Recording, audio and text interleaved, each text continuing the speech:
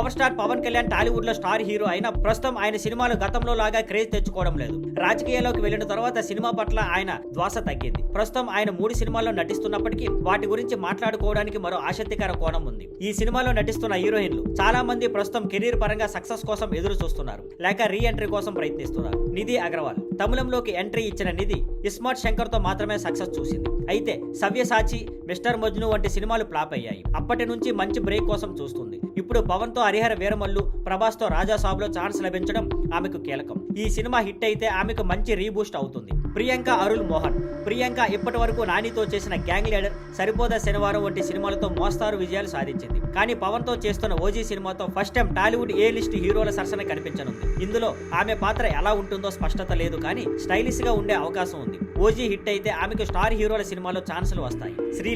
శ్రీలీల గతంలో వరుసగా హిట్స్ ఇచ్చి టాప్ లీగ్ లోకి ఎక్కింది. కానీ ఇటీవల చేసిన కొన్ని సినిమాలు ఫ్లాప్ అవడంతో ఆమె క్రేజ్ తగ్గిపోయింది. ఉస్తాద్ భగత్ సింగ్ ఆమెకు తిరిగి స్థానం తీసుకునే అవకాశం కావచ్చు. గుంటూరు కారం లాంటి ఫలితం రాకూడదని ఆమె ఆశిస్తోంది.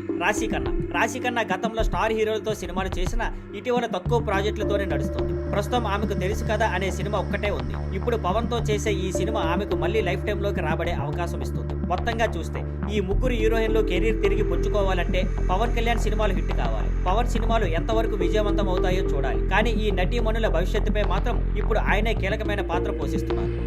Thank you for watching. Please like, share and subscribe.